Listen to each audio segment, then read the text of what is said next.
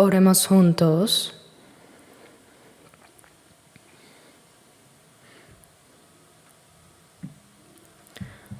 Nuestro Dios Padre, Santo y misericordioso que nos amas, te agradecemos por tu gracia tan grande, porque tuviste compasión de nosotros, aun cuando estábamos en pecado, dándote la espalda. Y porque aun cuando no te conocíamos, tú, Señor Jesús, moriste por nosotros en la cruz, y con tu preciosa sangre derramada lavaste para siempre nuestros pecados. Nos salvaste y nos libraste de toda condenación y maldición sin ningún mérito nuestro. Y tú nos hiciste hijos santos de Dios y nos has dado la bendita esperanza de entrar en tu reino eterno. Por eso, Señor, deseamos vivir el resto de nuestras vidas únicamente para tu voluntad y gloria. Dios, este mundo se vuelve cada día tan perverso y lleno de pecado que por nuestras propias fuerzas no podemos vencer los pecados de este mundo. Por eso, Señor, sosténnos más firmemente con tu palabra y tu mano poderosa. Danos la fuerza para vencer todo pecado en este mundo y guíanos con el poder de tu palabra y del Espíritu Santo para que podamos vivir el resto de nuestras vidas según tu voluntad. Señor, también acompaña con tu palabra, gracia y el poder del Espíritu Santo a nuestras iglesias que están en todo el país y en todo el mundo, y a todos los hermanos que están guardando su fe y están predicando el Evangelio en medio de las dificultades.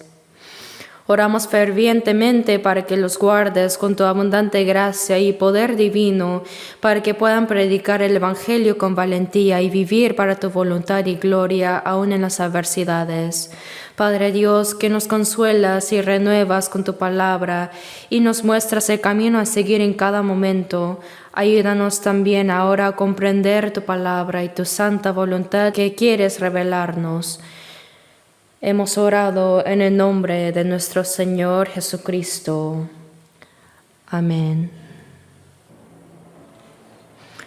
Busquemos en la Biblia San Lucas capítulo 15.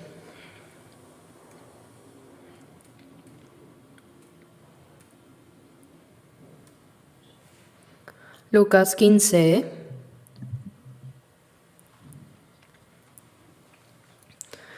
Desde el versículo 1 hasta el 24. Se los leo. Lucas 15, desde el versículo 1. Se acercaban a Jesús todos los publicanos y pecadores para oírle. Y los fariseos y los escribas murmuraban diciendo: Este a los pecadores recibe y con ellos come. Entonces él les refirió esta parábola diciendo: ¿Qué hombre de vosotros, teniendo 100 ovejas, si pierde una de ellas, no deja las 99 en el desierto y va tras la que se perdió hasta encontrarla? Y cuando la encuentra, la pone sobre sus hombros gozoso, y al llegar a casa reúne a sus amigos y vecinos, diciéndoles: Gozaos conmigo, porque he encontrado mi oveja que se había perdido. Os digo que así habrá más gozo en el cielo por un pecador que se arrepiente, que por 99 justos que no necesitan de arrepentimiento. ¿O qué mujer que tiene 10 dracmas, si pierde una dracma, no enciende la lámpara y barre la casa, y busca con diligencia hasta encontrarla? Y cuando la encuentra, reúne a sus amigas y vecinas, diciendo: Gozaos conmigo, porque he encontrado la dracma que había perdido.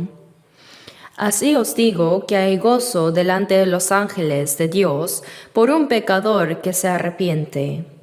También dijo: Un hombre tenía 2 hijos, y el menor de ellos dijo a su padre: Padre, dame la parte de los bienes que me corresponde. Y les repartió los bienes. No muchos días después, juntándolo todo el hijo menor, se fue lejos a una provincia apartada, y ahí desperdició sus bienes viviendo perdidamente. Y cuando todo lo hubo malgastado, vino una gran hambre en aquella provincia, y comenzó a faltarle. Y fue y se arrimó a uno de los ciudadanos de aquella tierra, el cual le envió a su hacienda para que apacentase cerdos. Y deseaba llenar su vientre de las algarrobas que comían los cerdos, pero nadie le daba. Y volviendo en sí, dijo: ¿Cuántos jornaleros en casa de mi padre tienen abundancia de pan, y yo aquí perezco de hambre? Me levantaré e iré a mi padre, y le diré: Padre, he pecado contra el cielo y contra ti, ya no soy digno de ser llamado tu hijo. Hazme como a uno de tus jornaleros. Y levantándose, vino a su padre. Y cuando aún estaba lejos, lo vio su padre, y fue movido a misericordia, y corrió y se echó sobre su cuello y le besó. Y el hijo le dijo: Padre, he pecado contra el cielo y contra ti, y ya no soy digno de ser llamado tu hijo. Pero el padre dijo a sus siervos: Sacad el mejor vestido y vestidle, poned un anillo en su mano y calzado en sus pies, y traed el becerro gordo y matadlo, y comamos y hagamos fiesta, porque mi hijo muerto era y ha vivido, se había perdido y es hallado. Y comenzaron a regocijarse. Hasta aquí.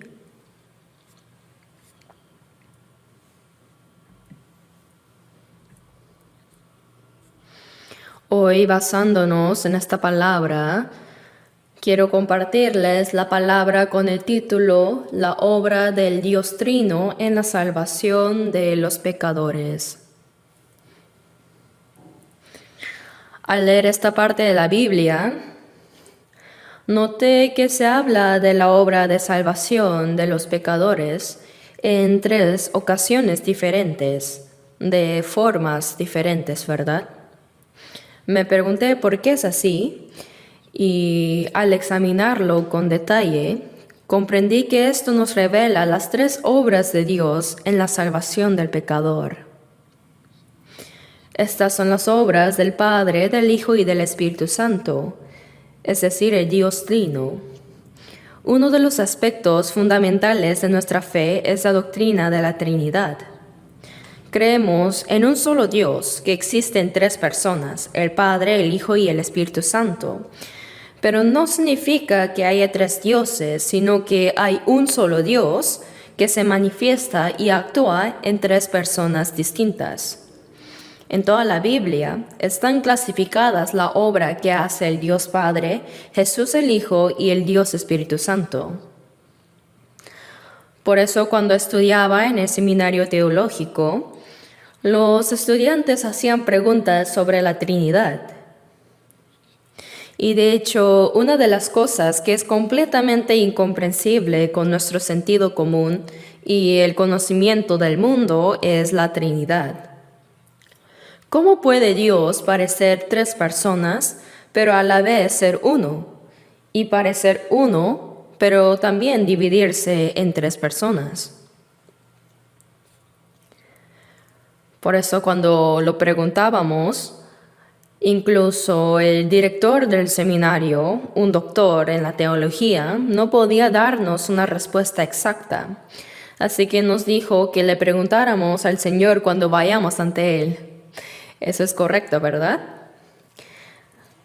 Es difícil discernir completamente las cosas espirituales de Dios con nuestro sentido común y conocimiento mundano. Pero lo que no podemos entender claramente en este mundo, lo entenderemos claramente cuando estemos ante el Señor. Como dice en 1 Corintios 13:12, ahora conozco en parte, pero entonces conoceré como fui conocido. No conocemos enteramente a Dios. aunque Él sí nos conoce perfectamente.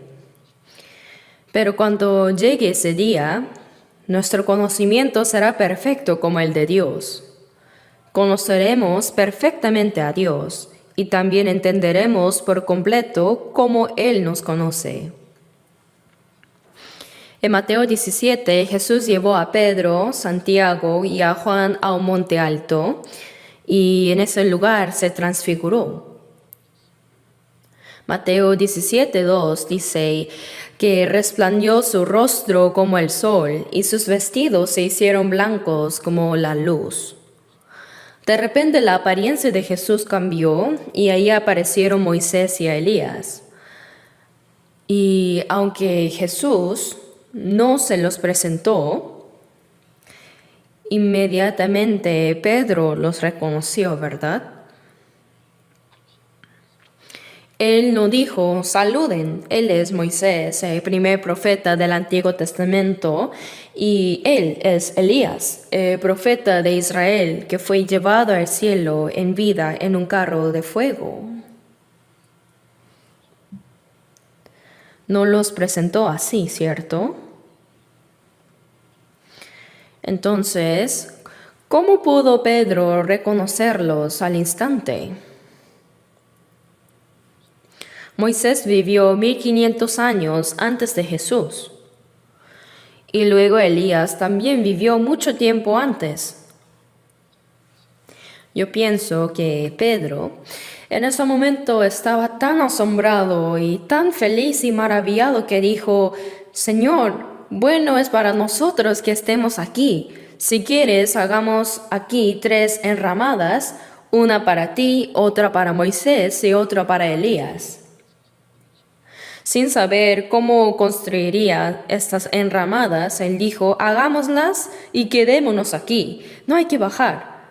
Parece que fue una experiencia muy grata que en verdad fue un anticipo de la gloria celestial.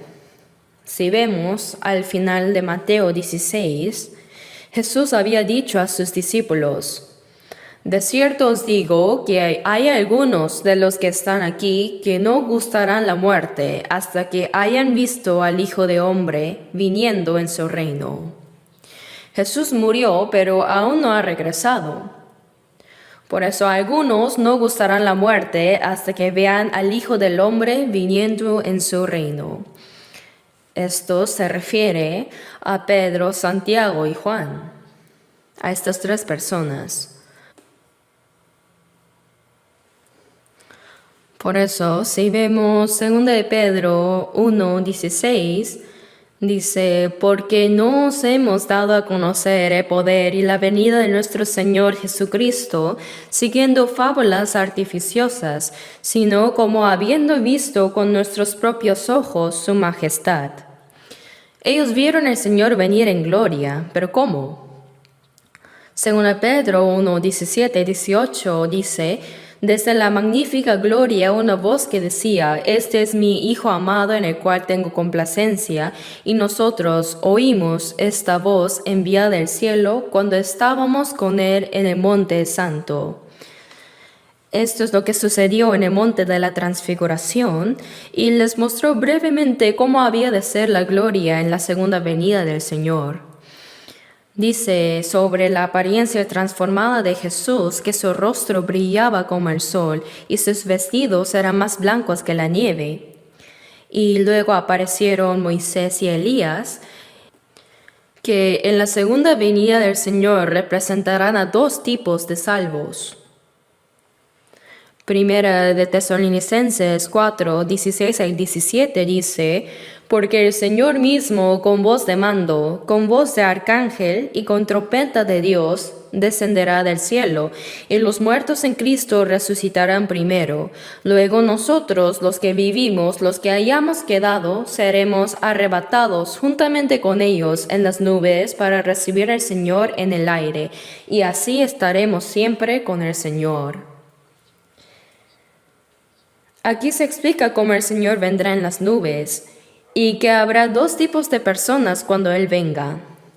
1, los que murieron y resucitarán. Y 2, los que estarán vivos y serán transformados al instante para recibir al Señor. Esto es lo que Moisés y Elías representan. Ellos no solo son representantes del Antiguo Testamento, sino que también representan los dos tipos de salvos que recibirán al Señor en su segunda venida.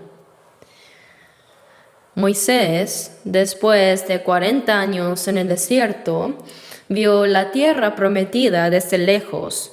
Sin embargo, murió en el monte Nebo sin poder entrar, porque Dios lo detuvo ahí. Mientras que Elías no murió, ¿verdad? Sino que fue llevado vivo al cielo en un carro de fuego.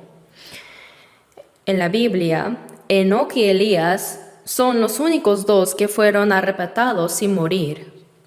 Así que Moisés simboliza a los santos que morirán y resucitarán cuando el Señor regrese, mientras que Elías simboliza a los salvos que estarán vivos y serán transformados para recibir al Señor.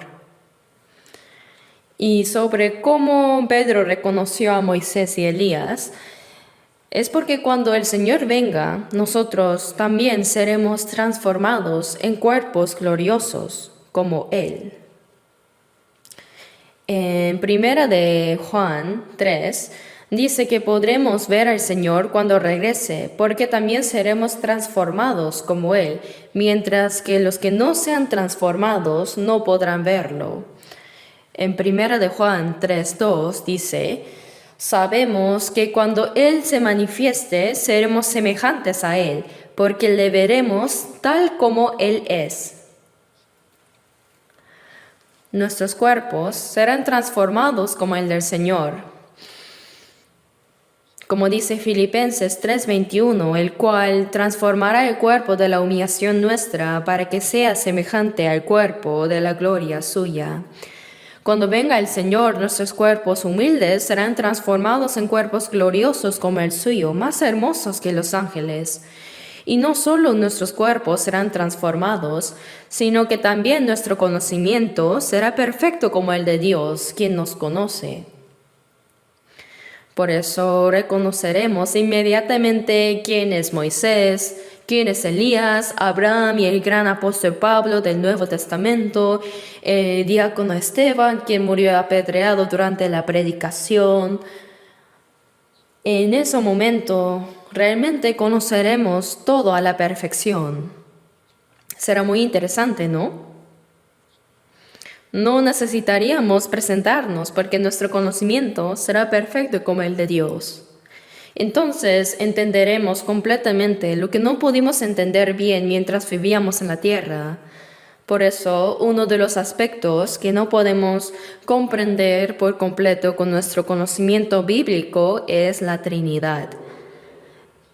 El Padre, el Hijo y el Espíritu Santo, todos son Dios y son iguales. Como dice Filipenses 2, versículos 6 y 7 sobre Jesús, que el cual, siendo en forma de Dios, no estimó el ser igual a Dios como cosa que aferrarse, sino que se despojó a sí mismo, tomando forma de siervo, hecho semejante a los hombres. Jesús es igual al Dios creador, pero Él dejó esa posición de igualdad y se hizo como hombre. Jesús no es un hombre, sino el Dios creador que vino en forma del hombre. Él completó los 33 años de vida en esta tierra, murió en la cruz, resucitó y volvió a Dios. Por eso, Jesús también es Dios mismo. Y cuando decimos Espíritu Santo, algunos piensan que el Padre y el Hijo son superiores y que el Espíritu Santo es inferior, pero es un malentendido, todos son iguales. Cuando decimos Dios Padre y el Señor Jesucristo, a menudo no usamos un título honorífico para el Espíritu Santo, pero yo quiero referirme a Él como el Señor Espíritu Santo. ¿Por qué? porque el Espíritu Santo es igual a Dios. Son tres: Dios Padre, Jesucristo el Hijo y el Dios Espíritu Santo. Por eso en Lucas 15, el Padre, el Hijo y el Espíritu Santo, los tres Dios trabajan en la salvación del pecador. Pero cada uno tiene un papel diferente, aunque la obra de salvación es la misma. Al principio, Jesucristo, el Hijo, es presentado como el buen pastor que cuida las ovejas. Por eso en San Juan 10:11 Jesús dijo: Yo soy el buen pastor su vida da por las ovejas. La palabra de dar su vida por las ovejas también se repite en Juan 10:14. El buen pastor su vida da por las ovejas, mas el asalariado y que no es el pastor, de quien no son propias las ovejas, ve venir al lobo y deja las ovejas y huye. Jesús es el buen pastor. En toda la Biblia hay muchas referencias a Dios como el buen pastor. Buscaremos algunos pasajes en la Biblia. Veamos Ezequiel 34. Ezequiel capítulo 34.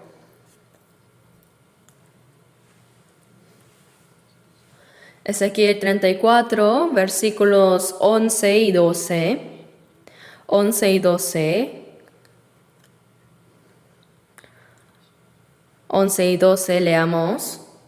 Porque así ha dicho Jehová el Señor: He aquí yo mismo iré a buscar mis ovejas y las reconoceré, como reconoce su rebaño el pastor el día que está en medio de sus ovejas esparcidas. Así reconoceré mis ovejas y las libraré de todos los lugares en que fueron esparcidas el día del nublado y de la oscuridad. El libro de Ezequiel fue escrito aproximadamente 600 años antes de la venida de Jesús. Y ahí también dice: Yo mismo iré a buscar mis ovejas y las reconoceré. Como reconoce su rebaño el pastor cuando está en medio de sus ovejas esparcidas. Así reconoceré mis ovejas y las libraré de todos los lugares en que fueron esparcidas. David, quien vivió 1000 años antes de Jesús, también dijo en Salmos 23:1: Jehová es mi pastor, nada me faltará. Dios es presentado como el pastor y su pueblo como las ovejas. Así en la Biblia hay muchas palabras sobre las ovejas. En realidad los animales casi nunca se pierden, pues encuentran bien el camino de regreso. Pero las ovejas, si las dejas un poco lejos de la casa, no pueden regresar por la noche.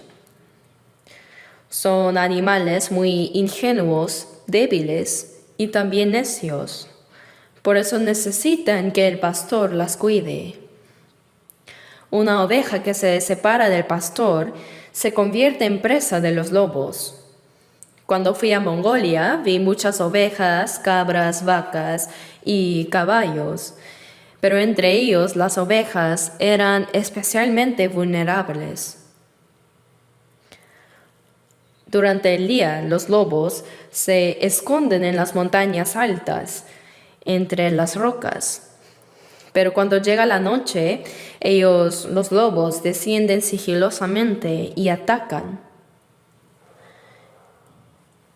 Si un lobo se llevara solo una oveja, tal vez no sería tan grave, pero no es así, porque los lobos matan a todas las que encuentran. Por eso las ovejas sí o sí necesitan al pastor. Son débiles y necias que cuando se pierden no se queda quieta, sino que se desespera y sigue caminando sin rumbo. Y si una empieza a caminar, las demás la siguen sin cuestionar. Así, si la primera cae por un precipicio, todas las demás también caerán. Así son muy simples y necias las ovejas. Por eso no pueden vivir sin un pastor. Sin embargo, Dios es presentado como el pastor y los hombres como las ovejas. Por eso en Isaías 53:6 dice: todos nosotros nos descarriamos como ovejas, cada cual se apartó por su camino. Somos ovejas que se han alejado del pastor. Dios es el pastor, pero nos alejamos de él, y cada cual se apartó por su camino, dice, viviendo según nuestra propia terquedad y deseos. Esto representa a todos los hombres que se han apartado de Dios.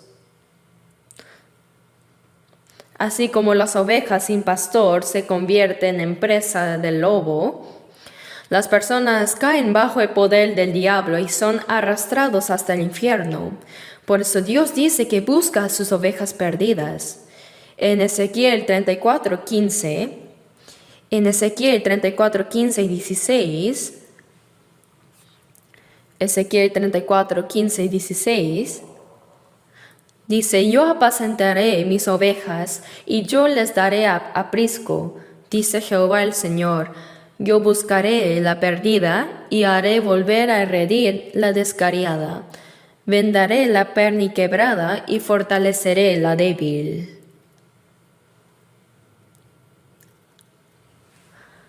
Aquí habla de buscar la oveja perdida.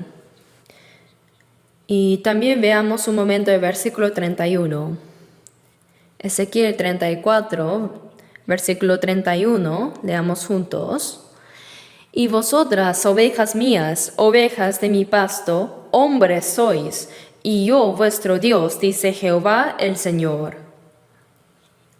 Dios dijo: vosotras, ovejas mías, ovejas de mi pasto, hombres sois.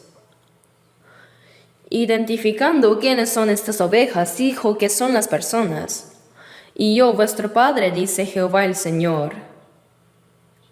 Así que describe a las personas como ovejas que Dios pastorea. Pero estas ovejas están perdidas.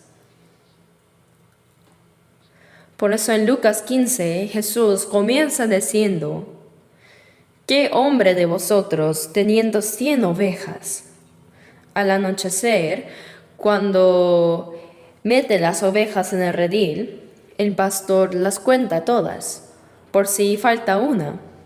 Pero después de contar varias veces, falta una. De las 100 ovejas, no está una. Entonces, para buscar esa oveja perdida, el pastor deja las 99 en el redil y va a buscar la una que se ha perdido.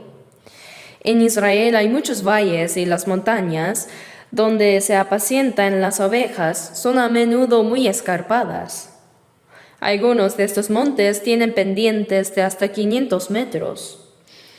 Así que es muy peligroso para las ovejas cuando se alejan del pastor, pues pueden caer por un precipicio o ser devoradas por lobos.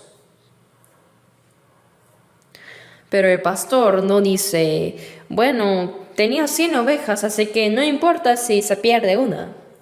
No dijo eso, sino que dejó las 99 ovejas que estaban seguras y fue a buscar la una que se había perdido hasta encontrarla, dice.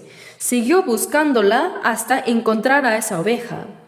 No se rindió después de buscar un poco por ahí y por acá, sino que siguió buscando hasta encontrarla. Pero hablando de estar perdido, específicamente, ¿por qué se pierde uno? Los hombres están perdidos en el pecado, apartados de Dios. Estar perdido significa vivir siguiendo los deseos de la carne y al diablo, que tiene el poder del aire, apartado de Dios y apartado de su palabra. Como dice Proverbios 24:11, son los que son llevados a la muerte bajo el poder del diablo, ¿no? Como están perdidos por causa del pecado, ¿cómo se puede volver a encontrar a esa oveja perdida? No solo buscarla, sino que Jesús debió pagar el precio del pecado en su lugar. Por eso el buen pastor su vida da por las ovejas. Él es el buen pastor que dio hasta su vida para encontrar las ovejas perdidas en el pecado.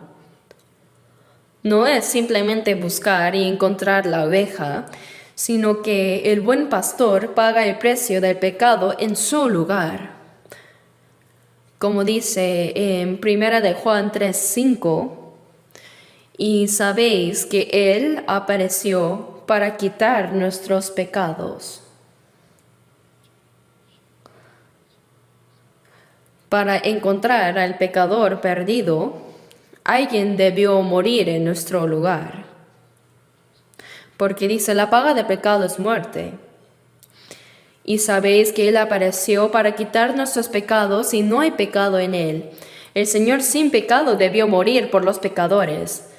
Esta es la primera obra que hizo Jesús, el Hijo, para encontrar al pecador perdido. Es el buen pastor que dio su vida por las ovejas. Romanos 5:8 dice, en que siendo aún pecadores. Ser pecador significa estar perdido, lejos de Dios. Cuando éramos enemigos de Dios por nuestras malas obras, mas Dios muestra su amor para con nosotros, en que siendo aún pecadores, Cristo murió por nosotros. Él vino a salvar a los pecadores. Lucas 19:10 dice, porque el Hijo del Hombre vino a buscar y a salvar lo que se había perdido. Vino a salvar a los pecadores perdidos. ¿Y cómo se salva? Se debe pagar el precio del pecado en su lugar. Por eso Jesús vino a morir por nosotros. Cuando todavía éramos pecadores y enemigos de Dios, estábamos perdidos y apartados de Dios por nuestras malas obras, aún así Dios muestra su amor para con nosotros, en que siendo aún pecadores, Cristo murió por nosotros. Para salvarnos, Dios envió a su único Hijo en forma del hombre para morir como sacrificio de la expiación en la cruz. Así, en primer lugar, Jesús el Hijo murió en la cruz y cumplió la obra de salvar la oveja perdida. Por eso, en 1 Timoteo 2:6 dice, el cual se dio a sí mismo en rescate por todos. Jesús se dio a sí mismo como rescate por todos los pecadores. Rescate se refiere al precio que se paga para liberar a alguien que ha sido vendido como esclavo. Por eso, 1 Timoteo 2:6 dice que Jesús se dio a sí mismo en rescate por todos. Él pagó el precio de nuestros pecados. No es solo el pastor que busca la oveja perdida, sino es el pastor que también murió en el lugar de la oveja. Por eso dice, el buen pastor su vida da por las ovejas. Juan 10:11. También ahora leamos juntos 1 de Pedro, capítulo 3. 1 de Pedro 3:18. Leamos juntos. 1 de Pedro 3:18.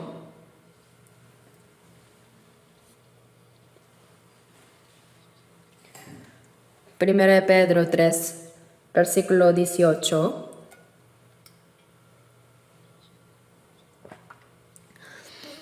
Porque también Cristo padeció una sola vez por los pecados, el justo por los injustos, para llevarnos a Dios. Hasta ahí. Cristo padeció una sola vez por los pecados. El Señor, no teniendo ningún pecado, murió en la cruz. Él recibió la pena máxima y para quitar nuestros pecados, Jesús padeció como el sacrificio expiatorio, el justo por los injustos. Jesús, siendo justo, murió en el lugar de los injustos, es decir, los pecadores, para llevarnos a Dios. Para salvarnos y llevarnos ante Dios era necesario que Jesús muriera. Imagínense, el Hijo unigénito de Dios, Él es Dios mismo. El Hijo Jesús necesariamente tenía que morir. Por eso en 1 Pedro 2:25 dice, porque erais como ovejas descarriadas. Estábamos alejados de Dios y perdidos. En esa condición el único destino era el infierno, el lugar de la perdición eterna. Pero habéis vuelto al pastor y obispo de vuestras almas. Cuando comprendemos y creemos que el Señor murió en nuestro lugar y pagó por nuestros pecados, la Biblia dice que la oveja perdida ha vuelto al pastor y obispo de vuestras almas.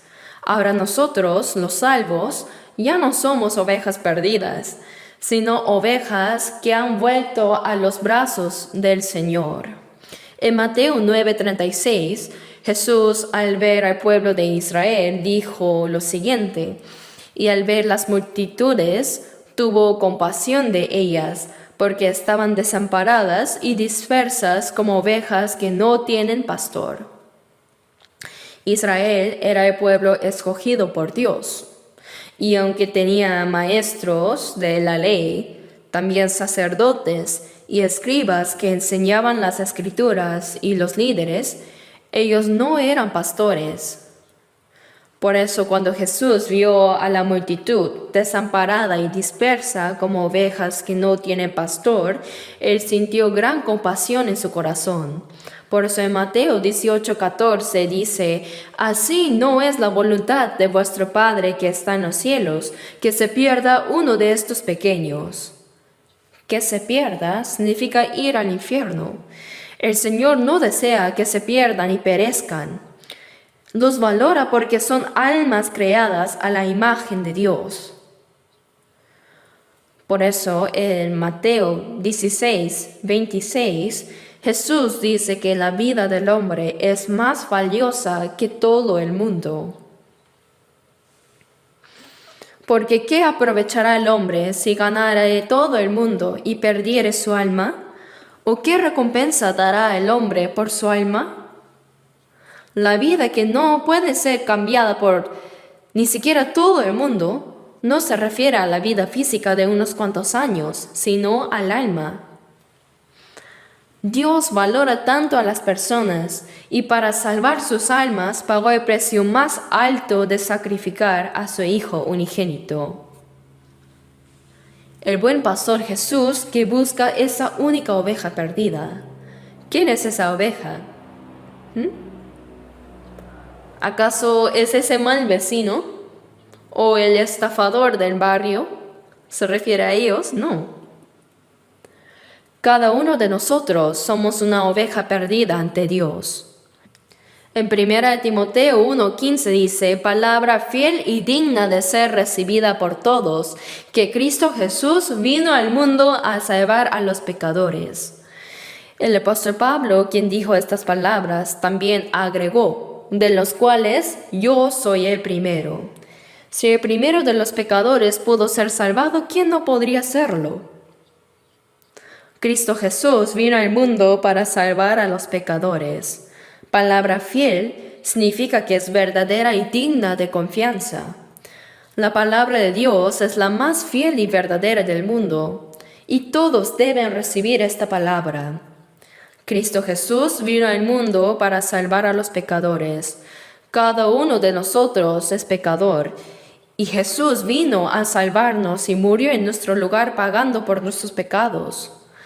Él valora cada alma más que todo el mundo. ¿Saben cuánto valora a una oveja perdida? Hoy en día, la gente en Corea son tan impacientes. Dicen muy fácilmente, te voy a matar. Toman a la ligera la muerte. Y la gente dice, de todas formas vamos a morir algún día, entonces que muera ahora o después, ¿qué importa? ¿Apostamos? ¿Quién morirá primero? No debemos pensar de esta manera. No debemos morir así. ¿Acaso solo muere el cuerpo y se acaba todo? Caeremos en el infierno eternamente. Aunque no hubiera nadie más en este mundo, sino solo tú, aunque tú hubieras sido el único en este mundo, el Señor ciertamente habría venido a salvarte. ¿Por qué? Hablo de una oveja, una sola, y para buscar esa oveja perdida, el Señor dejó las 99 en el redil y fue a buscar esa única oveja. Él buscó y la encontró. ¿Cómo la encontró? Muriendo por nosotros para encontrar nuestra alma.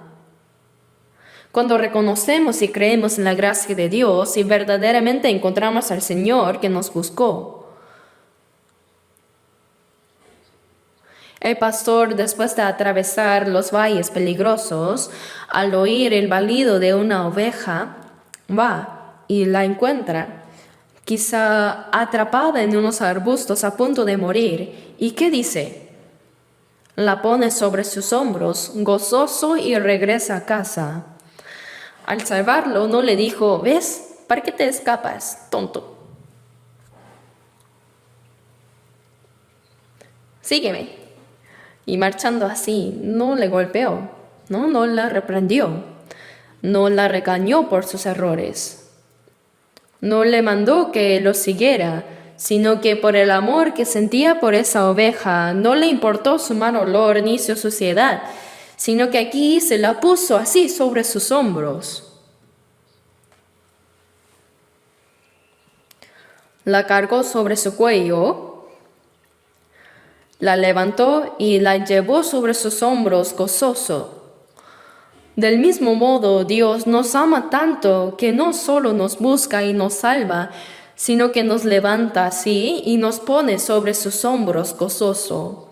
En Deuteronomio 1:31, cuando Dios salva al pueblo de Israel de Egipto y cuando los guiaba hacia la tierra de Canaán, dice: Jehová tu Dios te ha traído, como trae el hombre a su hijo. Dice que los llevó en brazos. No sé si han visto esa parte de la Biblia. Veamos brevemente Deuteronomio 1. Vayamos a Deuteronomio capítulo 1, versículo 31. Leamos juntos. Y en el desierto has visto que Jehová tu Dios te ha traído, como trae el hombre a su hijo, por todo el camino que habéis andado hasta llegar a este lugar. Aquí dice: has visto que Jehová tu Dios te ha traído, como trae el hombre a su hijo.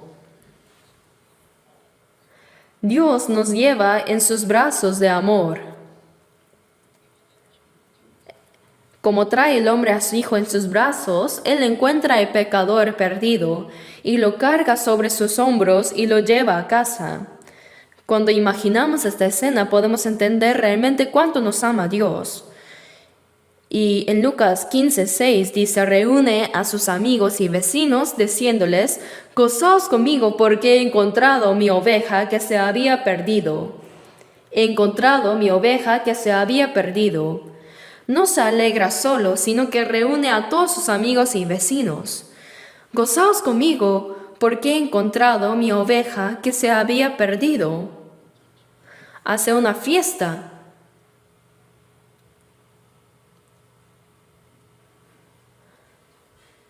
Porque encontró su oveja perdida. Lucas 15:7 dice: así habrá más gozo en el cielo por un pecador que se arrepiente,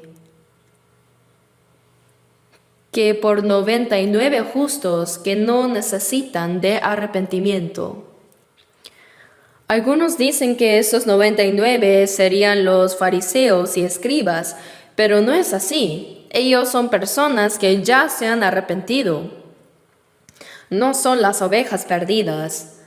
Es verdad que Dios se alegra por los que ya son salvos, pero aunque se alegra por los 99 que ya están llevando la vida cristiana, se alegra aún más cuando una nueva persona recibe la salvación.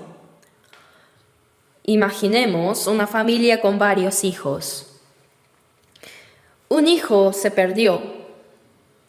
Lo creía muerto, pero después milagrosamente regresa vivo.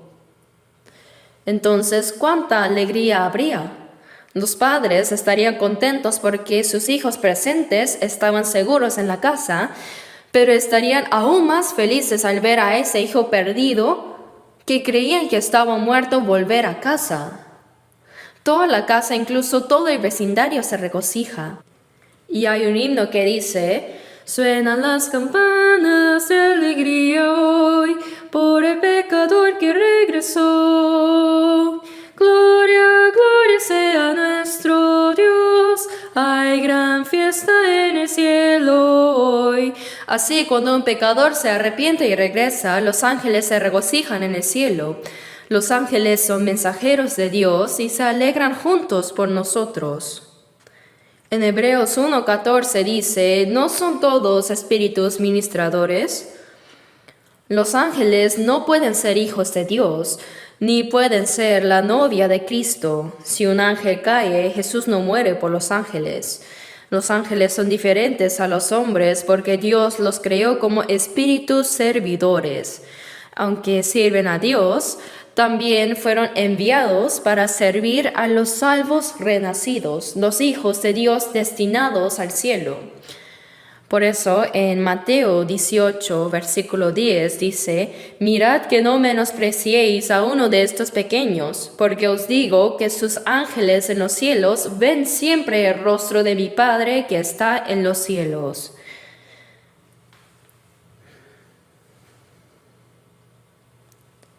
¿Saben que cada persona salva tiene un ángel guardián? En Daniel 12:1 dice: el gran príncipe que está de parte de los hijos de tu pueblo. Está el ángel Miguel. Cuando Israel pecó y fue castigado, fue completamente destruido. Pero cuando Dios restauró a Israel, cuando Israel entró en la tierra de Canaán, de repente apareció un general temible con una espada. Josué, asustado, preguntó: ¿quién eres? Josué 5 dice: ¿eres de los nuestros o de nuestros enemigos? Y respondió: no, mas como príncipe del ejército de Jehová he venido ahora. Es el ángel Miguel, el ángel que protege a la nación de Israel. Así que cuando Dios pelea por Israel, en Josué 23:10 dice: uno de vosotros perseguirá a mí, porque Jehová vuestro Dios es quien pelea por vosotros, como Él os dijo. Dios moviliza a sus ángeles para pelear por su pueblo. Hay muchos pasajes así en la Biblia. Por ejemplo, cuando Sennacherib de Asiria amenazó con conquistar Jerusalén y matar a todos si no se rendían, el rey Ezequías subió al templo. Él extendió la carta amenazante del rey asirio y dijo: Dios, ¿qué hacemos? Este hombre te está insultando. ¿Vas a permitirlo? Poco después vino el profeta Isaías, quien le dijo: no te preocupes, esta noche los destruiremos a todos. Y realmente esa noche, como dice Jueces 37, versículo 36, salió el ángel de Jehová y mató a 185,000 en el campamento de los asirios. Y cuando se levantaron por la mañana, he aquí que todo eran cuerpos de muertos. Israel ni siquiera disparó una flecha. Los ángeles simplemente fueron y los mataron a todos. Hay varios acontecimientos así. Miren lo reciente. Hamás intentó destruir a Israel instantáneamente, así como en la guerra de los 6 días, ¿no? Ellos dispararon miles de misiles contra ellos. ¿Pero qué pasó? A causa de esta guerra, Israel entró y mató a 46,000 personas en Gaza. En el periódico de anteayer, las muertes en Gaza por esto fueron 46,000 personas. Quizás pronto todos mueran. Así no se debe tocar a Israel. Cuando Dios ayuda a Israel, aunque todo el mundo se una para luchar contra ellos, no pueden ganar. ¿Por qué? ¿Acaso pueden vencer a Dios? Si la nación de Israel desapareciera de la tierra, la Biblia se convertiría en mentira. Por tanto, de todas maneras, Dios moviliza a sus ángeles, pero solo ayuda a Israel. Él también protege a los salvos renacidos. Por eso dice, no menospreciéis a uno de estos pequeños. ¿Por qué? Porque tienen sus ángeles. Los ángeles siempre van y vienen entre Dios y nosotros y reportan sobre los hijos de Dios. En el libro de Hechos, Pedro fue encarcelado y estaba a punto de ser decapitado la mañana siguiente. Y días antes de eso, Santiago había sido decapitado. Así que los salvos de Jerusalén se reunieron y oraron fervientemente. Dios salva al apóstol Pedro. Entonces Dios envió un ángel y mientras Pedro estaba encarcelado pensando que mañana me encontraré con el Señor, se durmió profundamente feliz, pues al morir iría ante el Señor. Pero el ángel le dijo, levántate, levántate. Como estaba profundamente dormido, dice que el ángel le tocó, o sea, le dio una patada en el costado. No debió haber hecho eso, pero bueno, se despertó y las cadenas se cayeron. Las puertas de la prisión se abrieron por sí mismas y los guardias estaban profundamente dormidos. Se abrió la primera puerta, de ahí la segunda, la tercera y así todas las puertas se abrieron. Pedro pensaba que era un sueño. Y recién cuando salió se dio cuenta de que el Señor ha enviado a su ángel para librarme. Fue entonces al aposento alto de Marcos donde oraban los santos y tocó la puerta. Entonces una muchacha llamada Rode salió y preguntó ¿quién es? Soy Pedro. Esta joven Rode estaba tan emocionada que ni siquiera le abrió la puerta y entró corriendo. Y dijo, ha venido el apóstol Pedro. Pero le dijeron imposible, él está en la cárcel. Parece que los salvos, aunque habían orado por su liberación, no creían que de verdad sería liberado. No, seguramente es la voz de Pedro. Entonces dijeron, es su ángel, debe ser el ángel de Pedro. Hermanos, ¿saben que cada persona salva tiene un ángel guardián? Jesús lo dijo. Aquí hay un ángel guardián a mi lado. Por eso, deben tener mucho cuidado. Si me insultan sin razón, mi ángel se lo va a decir todo al Padre Dios. Pero no solo yo, sino todos los santos salvos tienen ángeles guardianes. Pensando en esto, que los ángeles reportan tanto lo bueno como lo malo que hacemos, no debemos hacer lo malo, ¿no? El ángel probablemente dirá, Dios, ese hijo tuyo, qué maravilloso es. Hace tu voluntad y te agrada, qué bendición debe ser para ti tener un hijo así. Pero por el contrario, si hacemos mal, ay Dios, ver a un hijo así debe entristecerte mucho. No debemos permitir eso, ¿no? Realmente todo está siendo reportado. Por eso dice que los ángeles también se alegran cuando las personas se salvan. Hay gozo delante de los ángeles de Dios por un pecador que se arrepiente. Los mensajeros son los ángeles. Cuando cada persona recibe la salvación, se celebra una fiesta en el cielo. Pensando en esto, no pueden imaginar cuánta alegría hay cuando un pecador recibe la salvación. Y el pastor, ¿cuánto habrá sufrido para encontrar a esa oveja? Después de buscar por toda la montaña, cuando la encuentra, está tan feliz que ni siquiera se acuerda del esfuerzo y sufrimiento. Y al volver dice, gozaos conmigo. No puede contener su alegría. Dios también se alegra así por nosotros.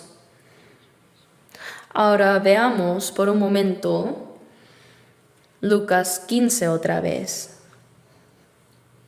Lucas capítulo 15, leamos el versículo 7.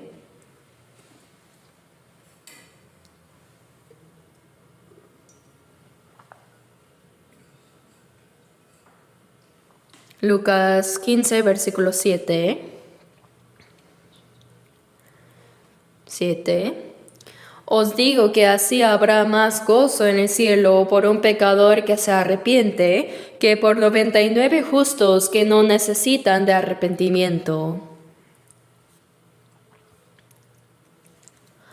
Por eso, aunque Dios se complace cuando los salvos vivimos la vida cristiana, tenemos comunión y nos alegramos juntos, Él se alegra aún más cuando un pecador se salva. ¿Por qué? Porque Él ama tanto a ese pecador, es una persona. ¿Hay aquí alguien que aún no ha recibido la salvación? Entonces, todavía usted es una oveja perdida. Debe reconocer y creer en la gracia de Dios rápido.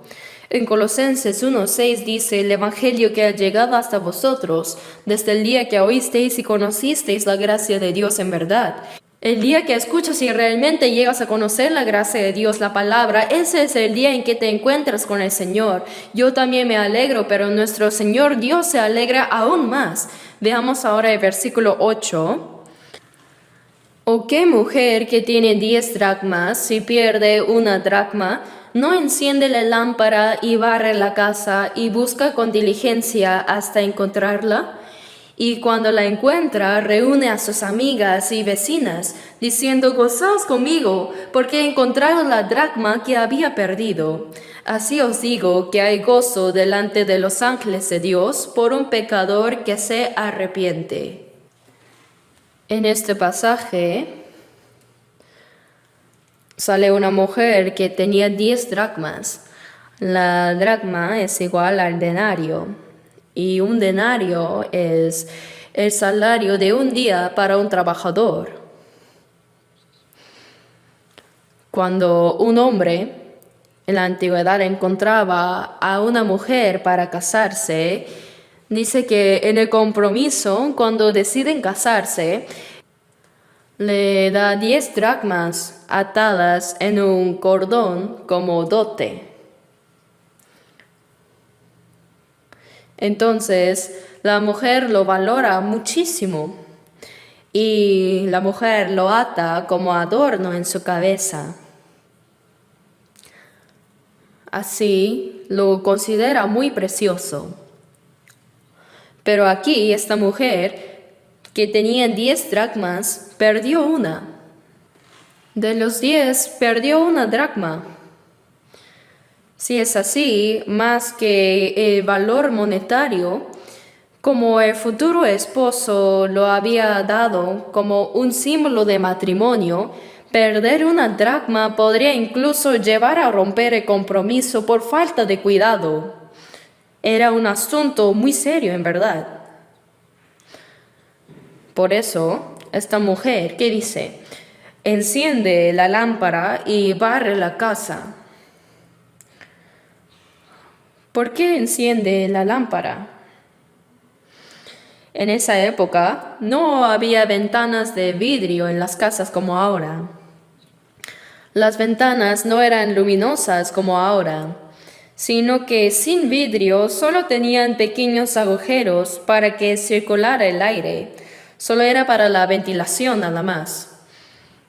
Así que la casa estaba oscura. No se podía ver bien dónde se había perdido, ¿verdad? Por eso dice que enciende la lámpara y busca en cada rincón mientras barre minuciosamente. Podría estar envuelta en alguna basura o enterrada en el polvo. Pero ella buscó arduamente con la lámpara encendida y la encontró.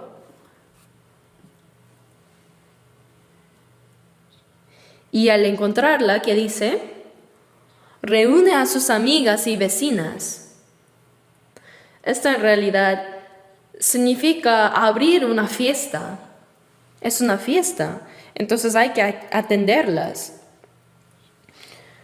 Probablemente gastaría más dinero en atenderlas que el valor de la dracma que había perdido. Pero aún así ella reúne a sus amigas y vecinas diciendo, gozaos conmigo porque he encontrado la dracma que había perdido. Hasta encontrarla no pensó en nada más. Aunque pudiera haber tenido muchas otras cosas que hacer, dejó todo lo demás de lado y se concentró solo en encontrar la dracma y la encontró. Y se regocijó mucho saltando de alegría. Y no solo eso, sino que juntó a sus amigas y vecinas diciendo, gozaos conmigo porque he encontrado la dracma que había perdido. Igual que el pastor que encontró su oveja perdida, esta mujer reunió a sus amigas y vecinas porque encontró su dracma que había perdido. Entonces, sus amigas también se alegran con ella. ¡Ay, te salvaste, amiga! No debes perder eso porque podría causar problemas. Así habrán alegrado juntas. Os digo, Jesús dijo, que así hay gozo delante de los ángeles de Dios por un pecador que se arrepiente. Los ángeles también se alegran juntos, ¿saben? Cuando predicamos y una persona se salva, el que recibió la salvación se regocija, ¿verdad? También la persona que le predicó se goza. Y los hermanos de alrededor dicen, ¿es verdad? ¿Él o ella recibió la salvación esta vez? ¡Qué bueno! De verdad, ¡qué alegría! Así toda la iglesia se regocija. No hay alegría que se pueda comparar con esta. En Sofonías 3:17 dice, Jehová está en medio de ti, poderoso. Él salvará, se gozará sobre ti con alegría, callará de amor y se regocijará sobre ti con cánticos. Cuando un pecador se arrepiente y recibe la salvación, Dios se alegra tanto que no puede contener su gozo. Y cuando hablamos de encender esta lámpara, en Filipenses 2:16 dice, asidos de la palabra de vida. Predicar el Evangelio es alumbrar la palabra de vida. Es buscar alumbrando con la luz del Evangelio al pecador, con la luz de la gracia de Dios. Ya sea por una consulta personal o por los seminarios de la Biblia, estamos alumbrando la palabra de vida para encontrar a los pecadores perdidos. ¡Cuán preciosa es cada alma! Cada una es preciosa. Para nosotros, que fuimos salvos primero, como dice Hebreos 2:3, es una salvación tan grande. ¿Qué hay en este mundo que sea más precioso que el alma de una persona? Jesús dijo que no se puede cambiar ni por todo el mundo. ¿Puede el hombre más rico de este mundo comprar un alma salvada con toda su fortuna? ¿Se puede? No, es imposible. Se requiere la muerte y la sangre del Hijo unigénito de Dios. Su valor es incalculable. Por eso el valor de una dracma perdida es tan grande. En la primera parábola, el buen pastor dio su vida para salvar una alma perdida. Y en la segunda parábola, el valor de la dracma perdida no es un valor que se pueda medir en dinero, pues cada alma es así de grande y preciosa. Para la persona salvada, por ejemplo, yo recibí la salvación hace 62 años y durante esos 62 años han habido muchos momentos de alegría, sufrimiento y gozo, pero aunque me pongo a pensar en ellos detenidamente, no puedo recordarlos muy bien. Pero en cuanto al momento en que yo recibí mi salvación, lo recuerdo tan claramente como si fuera ayer. Cuando entendí el Evangelio, estaba tan feliz que me pregunté si era un sueño o realidad, porque si fuera un sueño no serviría de nada. Así que me peisqué y me dolió. Entonces no era un sueño, era real. ¡Qué gozo tan grande! En esa noche oscura tenía que bajar del autobús y caminar unos 4 kilómetros porque estaba a cargo de una iglesia rural. Estaba de verdad tan lleno de gozo que empecé a bailar. Y como nadie me veía, simplemente me dejé llevar. Si alguien me hubiera visto, habría pensado que estaba loco, bailando en la oscuridad. No, redención, redención, mis pecados Jesús quitó. El momento de mi salvación está tan vivo como si fuera ayer. Es algo tremendamente gozoso y asombroso. Ese gozo permanece en mí igual hasta ahora. Por eso se alegra el que se salva, también se alegra el que le predicó y se alegra toda la iglesia y Dios se regocija grandemente. No debemos olvidar por eso cuán grande y precioso es que cada persona sea salvada. Entonces, debemos esforzarnos mucho en predicar este evangelio. Jesús dio su vida para salvar a los pecadores y para eso Él pagó un precio muy alto. En este pasaje, la mujer simboliza la iglesia. Quiere decir que el Espíritu Santo obra a través de la iglesia para buscar a los pecadores. Ilumina con la palabra de vida del Evangelio para encontrar a los pecadores. Como el Señor pagó todo el precio por nuestros pecados, el Espíritu Santo nos hace comprender la gracia de Dios.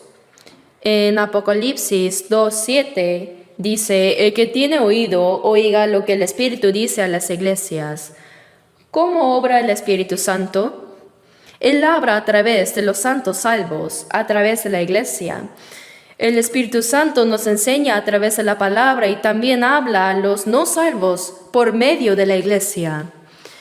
En Juan 15, versículos 26 al 27 dice, pero cuando venga el Consolador, Él dará testimonio acerca de mí, y vosotros daréis testimonio también, porque habéis estado conmigo desde el principio. Porque habéis estado conmigo desde el principio. Primero el Espíritu Santo testifica del Señor, testifica de la gracia que el Señor logró por su muerte en la cruz y su resurrección. Y los que fueron salvos primero también testifican junto con Él. No debemos olvidar que el Espíritu Santo obra a través de nosotros para salvar a los pecadores perdidos. En Romanos 10, 14 y 15 dice, ¿y cómo creerán en aquel de quien no han oído? ¿Y cómo irán sin haber quien les predique? ¿Y cómo predicarán si no fueren enviados? Aunque Jesús completó la eterna redención y la salvación en la cruz, ¿cómo podrán creer, entender y ser salvos si no hay quien lo predique? Es imposible. ¿Y cómo creerán en aquel de quien no han oído? ¿Y cómo irán sin haber quien les predique? Uno puede creer por oír y entender el Evangelio, pero si no hay quien predique el Evangelio, es decir, si los salvos mantienen la boca cerrada, nadie podrá ser salvo. Por eso Jesús resucitado dijo a sus discípulos, como me envió el Padre, así también yo os envío. Jesús fue enviado por Dios Padre para morir en la cruz y derramar su sangre a fin de perdonar nuestros pecados, y ya completó esa obra en la cruz, ¿cierto? Y después de resucitar, Él dijo, como me envió el Padre, así también. Jesús a sus discípulos, y no solo a sus discípulos, sino también a nosotros, nos dice, yo os envío. Jesús fue enviado para completar la obra de salvación, la eterna redención muriendo en la cruz. Y ahora nosotros somos enviados para proclamar este hecho. Por eso dice, recibid el Espíritu Santo, a quienes remitieres los pecados les son remitidos, y a quienes se los retuvieres les son retenidos.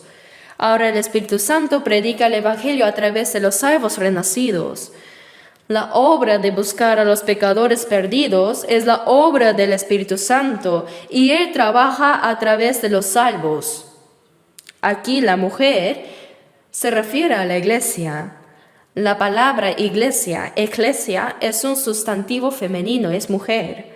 Entonces aquí la mujer se refiere a la iglesia donde está el Señor. El Evangelio del Señor se predica a través de los salvos renacidos. Por eso dice, recibid el Espíritu Santo, y a quienes remitieres los pecados les son remitidos. Esto significa que cuando se predica lo que Jesús logró en la cruz, las personas reciben el perdón de sus pecados y la salvación. Pero si los dejamos así como están, si no les predicamos y nos quedamos quietos, ellos irán al infierno. ¿No es este un privilegio asombroso? Por eso debemos predicar rápidamente para salvar a los pecadores. Si nosotros no predicamos, si los salvos mantenemos la boca cerrada, ¿cómo podrán salvarse los demás? Incluso con la propia familia, varias veces decimos, oye, tienes que ser salvo si no irás al infierno. Bueno, ya te lo advertí. Déjame porque no me importa ir al infierno. ¿Así dejaron de hablarles? Probablemente después de morir, en el infierno nos dirán, oye, si realmente existían el cielo y el infierno, debías haberme predicado bien. Pero sí te prediqué. Deberías haberlo hecho llorando. No lloraste por mí. Así nos culparán. Ellos son las dracmas perdidas en nuestras casas. Son las personas cercanas a nosotros, ¿no? ¿Vamos a dejar así a nuestros cercanos? Debemos buscarlos. Mi familia, parientes, amigos, vecinos. Hay que encender nuestra lámpara y barrer con escoba por cada rincón para buscarlos. Si buscamos así con anhelo, el Espíritu Santo nos ayudará a encontrarlos para que sean salvos. Por eso en Hechos 1:8 dice, recibiréis poder cuando haya venido sobre vosotros el Espíritu Santo, y me seréis testigo hasta lo último de la tierra. El Evangelio se predica por medio del Espíritu Santo. Por eso en Romanos 1:16, el apóstol Pablo dice, porque no me avergüenzo del Evangelio, porque es poder de Dios para salvación a todo aquel que cree. Este Evangelio es el poder de Dios para salvar a todo el que cree. El Evangelio que ha llegado hasta vosotros desde el día que oísteis y conocisteis la gracia de Dios en verdad. El Evangelio que puede salvar llegó a nosotros, y cuando este Evangelio se predica, dice, oísteis y conocisteis la gracia de Dios. Entender esto es recibir la salvación. Los que nos critican dicen, esa gente no dice que solo hay que creer, sino que también hay que entender. Por supuesto, hay que entender. Mateo también dice, más el que fue sembrado en buena tierra, este es el que oye y entiende la palabra. Hay tantos pasajes que resaltan el entender, pero sin razón nos critican por algo que es obvio. Quien nos hace entender es el Espíritu Santo. Por eso en 1 Corintios, capítulo 1, versículo 21, dice, agradó a Dios salvar a los creyentes por la locura de la predicación.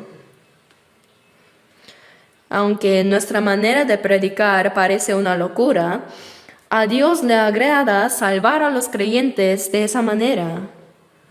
Por lo tanto, escuchen o no escuchen, debemos predicar. Predicad y orad, fieles sed en testificar. Así debemos hacerlo, porque eso es lo que le agrada a Dios. Por eso, cuando una persona se salva, en Sofonías 3:17 dice, Él salvará, se gozará sobre ti con alegría. Él se regocija junto con sus ángeles. Así que cuando alguien recibe la salvación, no digamos simplemente, parece que entendió, sino que debemos alegrarnos juntos y dar gracias a Dios. Y ahora Lucas 15, capítulo 15, versículos 11 y 12, dice, también dijo, un hombre tenía 2 hijos, y el menor de ellos dijo a su padre, Padre, dame la parte de los bienes que me corresponde, y les repartió los bienes. Había en una casa 2 hijos, y el menor de ellos le dijo al padre: Padre, tienes la herencia que me darás cuando mueras, ¿verdad? Sí, claro, pero no puedo esperar hasta que mueras, dámela por adelantado. No. ¿Quieres malgastarlo toda, no? ¿Qué? No, dámela, por favor. Te dije que no. Dámela. Esto no se ve bien. Hijo malo. Ya está bien. Entonces, él dividió la herencia entre el hermano mayor y menor por adelantado. Aunque igual lo recibiría después de la muerte de su padre, parece que el hijo tenía sus propios planes para usar el dinero antes. Entonces, él juntó toda su herencia, probablemente la convirtió en efectivo y planeó irse a un país lejano para vivir como quería. La malgastó en una vida disoluta. Se juntó con malos amigos, con malas mujeres, haciendo apuestas, bebiendo y bebiendo, bailando toda la noche hasta caer borracho. Así lo desperdició todo. Para empeorar las cosas, vino una hambruna. Vino una gran hambruna en aquella provincia. Y como no tenía que comer, fue a trabajar cuidando cerdos en una casa. Para los judíos, el chancho es un animal inmundo. Ellos no comen la carne de chanchos ni se les permite criarlos. Por supuesto, esto tiene un significado espiritual también, pero mientras que los apacentaba, dice que deseaba llenar su vientre aunque sea con las algarrobas que comían los cerdos, pero nadie le daba ni eso. Ya estaba hambriento y demacrado, sufriendo de desnutrición seguro. Y así muriendo, dijo: ¿Cuántos jornaleros en casa de mi padre tienen abundancia de pan? Mi padre es rico, y hasta los jornaleros viven bien, y yo aquí perezco de hambre. No puedo morir así. Así que tomó valor y decidió regresar a su padre. Como mi padre tiene mucho amor, me perdonará. Dice: me levantaré e iré a mi padre y le diré: Padre, he pecado contra el cielo y contra ti. Ya no soy digno de ser llamado tu hijo, hazme como a uno de tus jornaleros. Pedía ser tratado como un siervo. Así se armó de valor y volvió a su padre. Pero cuando aún estaba lejos, así dice en el versículo 20, Lucas 15, versículos 20 y 21, dice: y levantándose vino a su padre, y cuando aún estaba lejos lo vio su padre, y fue movido a misericordia, y corrió y se echó sobre su cuello y le besó. Y el hijo le dijo: Padre, he pecado contra el cielo y contra ti, ya no soy digno de ser llamado tu hijo. Trátame como a uno de tus jornaleros. Dice: cuando aún estaba lejos, ¿cómo pudo el padre verlo primero desde tan lejos? Desde que el hijo salió de casa, el padre no pudo estar en paz ni un solo día. Este muchacho ya habrá gastado todo el dinero, tal vez se haya vuelto mendigo, estará enfermo o en la hambruna habrá muerto de hambre. Sea que se haya vuelto mendigo o esté enfermo, solo quiero que regrese. Oh hijo, ven, regresa pronto. En Salmos 14:2 dice: Jehová miró desde los cielos sobre los hijos de los hombres para ver si había algún entendido que buscara a Dios. Dios siempre está mirando si hay alguien que lo está buscando. Todos los días este padre solo pensaba en su hijo. Decía: oye, no cierres la puerta. Y guardaba así la comida caliente por su hijo regresara en esa noche. Y desde la mañana hasta la noche tarde esperaba que su hijo vuelva nomás. Hoy tampoco vino. Pero cuando el sol se estaba poniendo, Por allá lejos venía un mendigo muy delgado y encorvado, y al mirarlo bien, su forma de caminar se parecía a la suya. El padre lo vio primero. Fue movido a misericordia y corrió.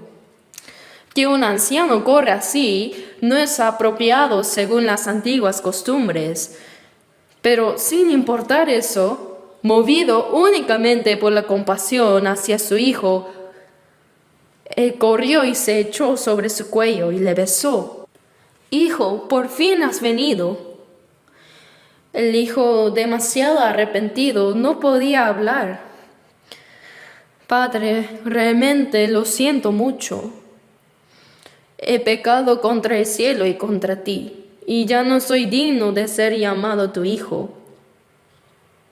Aquí parece que ni siquiera puedo decir hazme como a uno de tus jornaleros. El padre no mencionó ni una palabra sobre los pecados del hijo. ¿Acaso dijo, oye, ¿en qué gastaste mi dinero? ¿Así? No, estaba tan agradecido y feliz solo porque había regresado. Dijo, sacad el mejor vestido y vestidle. Le quitó la ropa rasgada y manchada de estiércol de cerdo y dijo, vístanlo con la mejor ropa y poned un anillo en su mano y calzado en sus pies. Él no tenía zapatos, estaba descalzo. Dice que en ese tiempo los siervos realmente no tenían calzados. El mejor vestido es el vestido de la salvación. Cuando Adán y Eva fueron expulsados del huerto del Edén por desobedecer la palabra de Dios, Dios hizo al hombre y a su mujer, dice, túnicas de pieles y los vistió. ¿Saben de esto, no? En Génesis 3:21. Para hacer túnicas de pieles, Dios tuvo que matar al animal y derramar su sangre. Aunque ahora los expulsaba, era una promesa de que en el futuro el Hijo unigénito de Dios moriría como un cordero y derramaría su sangre para perdonar sus pecados. El amor de Dios siguió a Adán y Eva cuando fueron expulsados. Ahora veamos un momento Isaías 61. Isaías capítulo 61.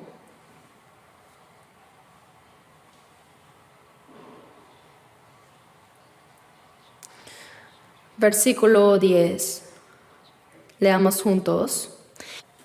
En gran manera me gozaré en Jehová, mi alma se alegrará en mi Dios, porque me vistió con vestiduras de salvación, me rodeó de manto de justicia, como a novio me atavió, y como a novia adornada con sus joyas. En gran manera me gozaré en Jehová. Mi alma se alegrará en mi Dios. ¿Por qué? Porque me vistió con vestiduras de salvación. El mejor vestido significa que quitó esa ropa sucia y me vistió con vestiduras de salvación, me rodeó con manto de justicia, como a novio me atavió y como a novia adornada con sus joyas. Dios nos vistió con el manto de justicia. En Isaías 64:6 dice, todas nuestras justicias son como trapo de inmundicia.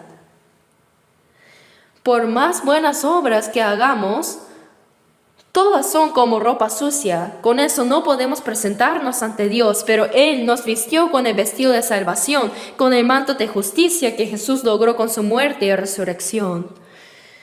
Por eso me vistió con vestiduras de salvación, me rodeó de manto de justicia, siendo justificado gratuitamente por su gracia mediante la redención que es en Cristo Jesús.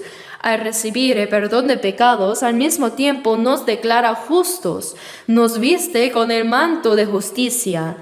El anillo en el dedo significa tú eres mi hijo. No importa cuántos pecados hayas cometido, ya no son un problema. Para el Hijo ya no es un problema, porque el amor del Padre, el amor de Dios, es más grande que esos pecados, ¿saben? Es más que suficiente para perdonar eternamente nuestros pecados. No habló del pecado, tú eres mi Hijo, dice. Juan 1:12 dice, a todos los que le recibieron, a los que creen en su nombre, les dio potestad de ser hechos hijos de Dios. Tú eres mi Hijo. Y los calzados en los pies significa Efesios 6:15 dice, y calzados los pies con el apresto del Evangelio. Vive de manera digna del Evangelio y no vuelvas a dejar el Padre. Eso significa. Y traed el becerro gordo y matadlo.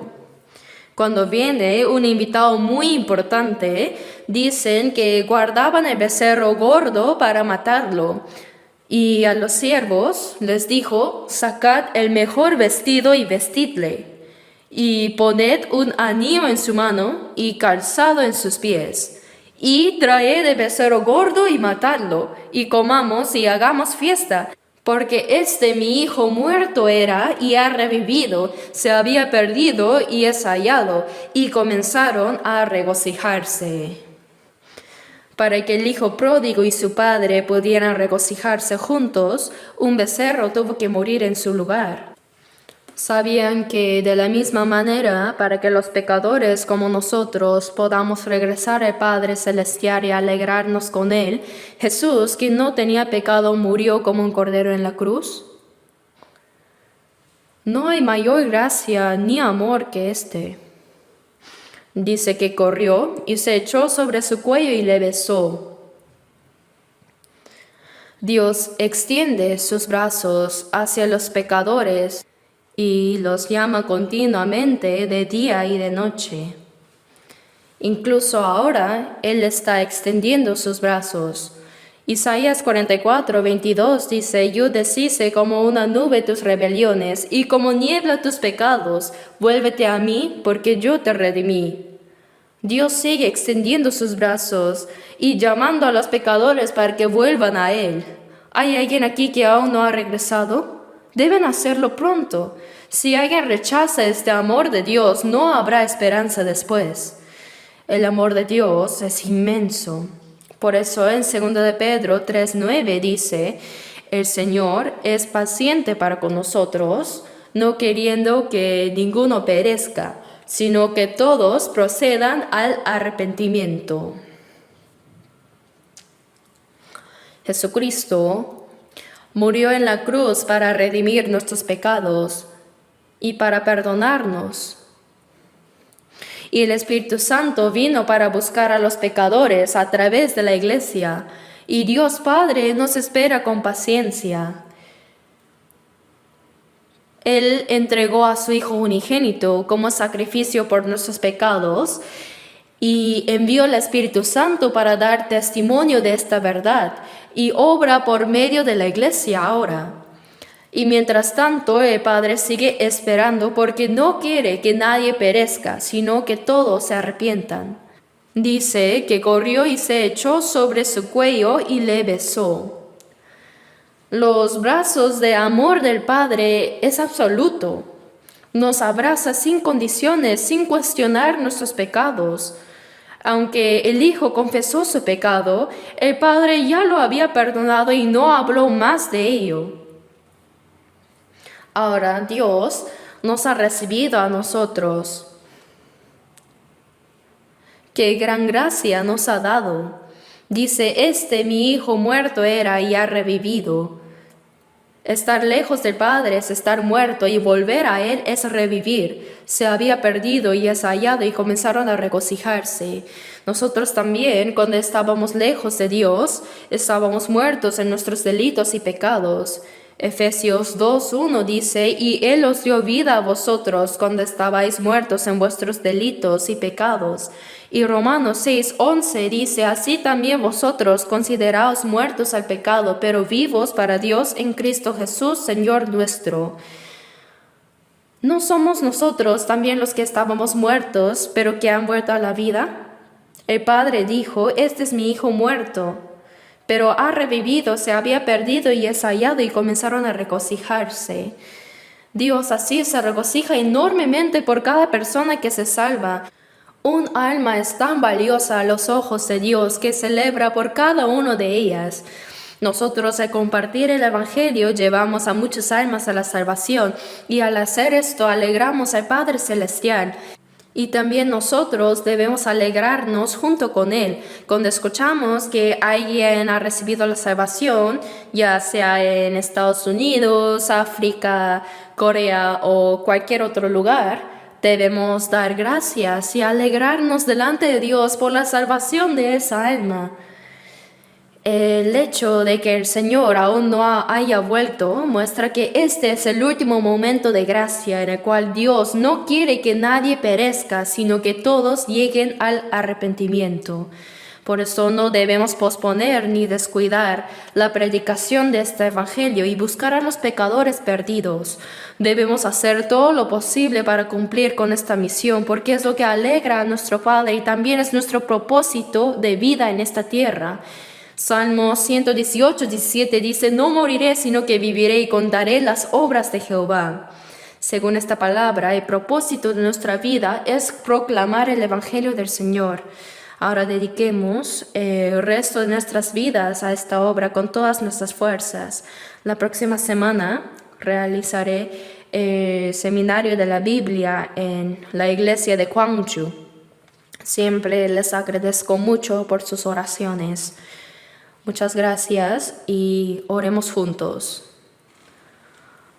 Amado y misericordioso Padre Celestial, gracias porque aun cuando estábamos lejos de ti en pecado y nuestros deseos de la carne, aun siendo enemigos tuyos, tú nos miraste con compasión y nos amaste y enviaste al Señor Jesucristo para morir por nosotros y con su sangre perdonaste nuestros pecados eternamente.